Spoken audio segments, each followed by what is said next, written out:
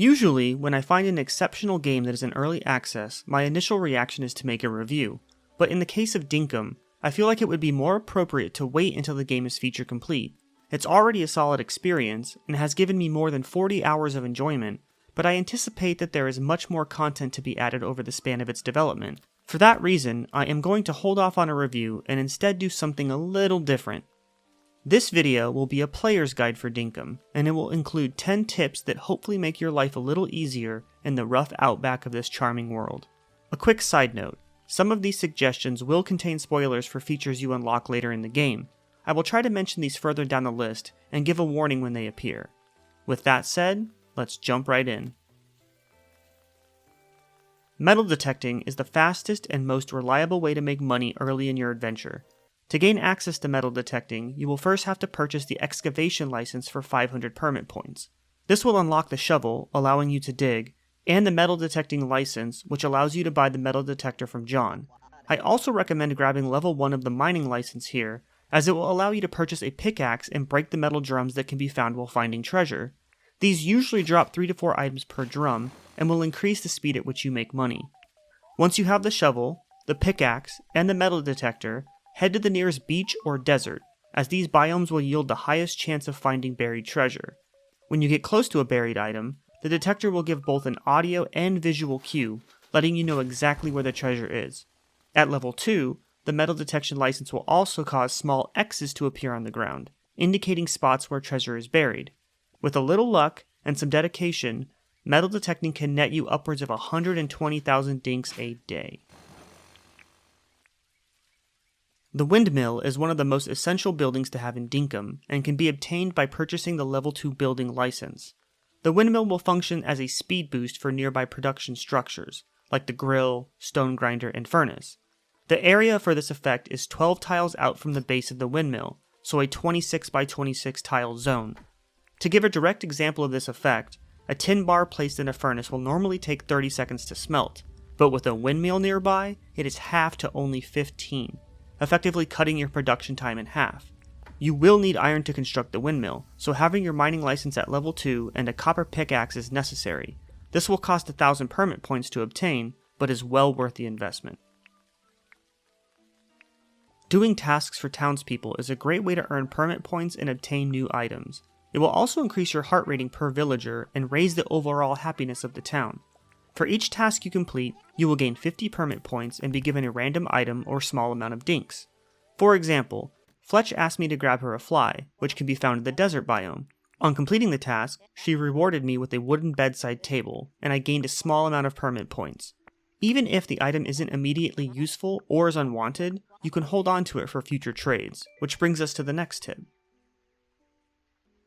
Keeping unwanted items is a great way to prepare for villager tasks that involve trading. Often, a villager will have a piece of clothing or item they no longer want, or will ask you for a new outfit because they have been wearing the same shirt for way too long, which is concerning in itself. Having a stash of items for these occasions makes finishing these tasks effortless, and can even reward you with a more desirable object. There are also times that a villager will notice something in your inventory that they want to buy, and you can make a decent amount of dinks from the trade. One man's trash is another man's... you get it.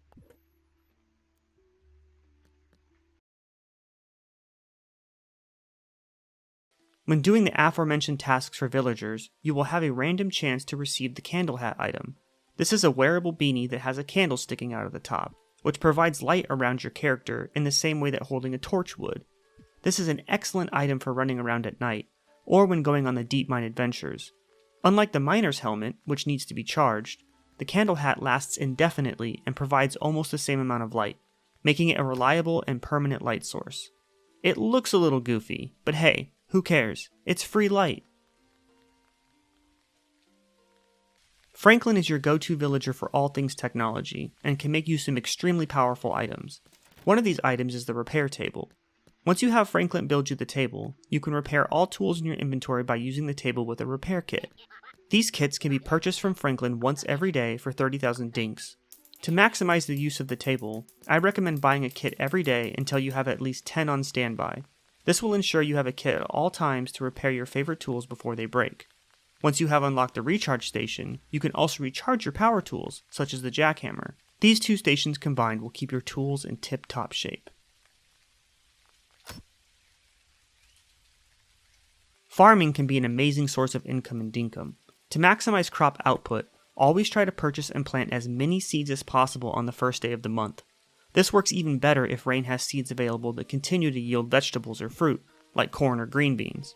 Crops that are season-specific, like pumpkins or watermelon, will sell for more dinks than those that grow year-round, like wheat.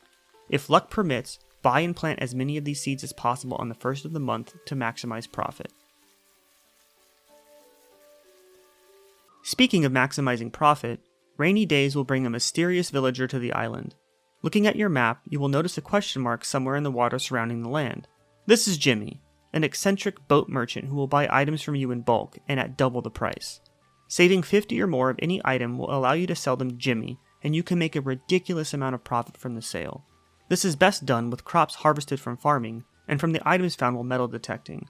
Just look how many dinks I received from selling onions and electronics.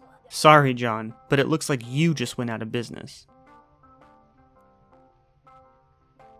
As you are adventuring around the island, you may have noticed a tall structure that looks like a radio tower. This, in fact, is a teleporter. There are 4 of them in total, located in each of the cardinal directions: north, east, south, and west. Repairing the towers with the required electronic parts will grant you the ability to fast travel around the island to the location of each repaired tower. This can save a lot of time and energy when searching for specific items or biomes. Later in the game, Franklin will also offer to make you a teleport pad that you can place inside your town, effectively linking your base of operations to all 4 sides of the map. This, for me, was one of the most impactful discoveries I made, allowing me to gather resources much more efficiently.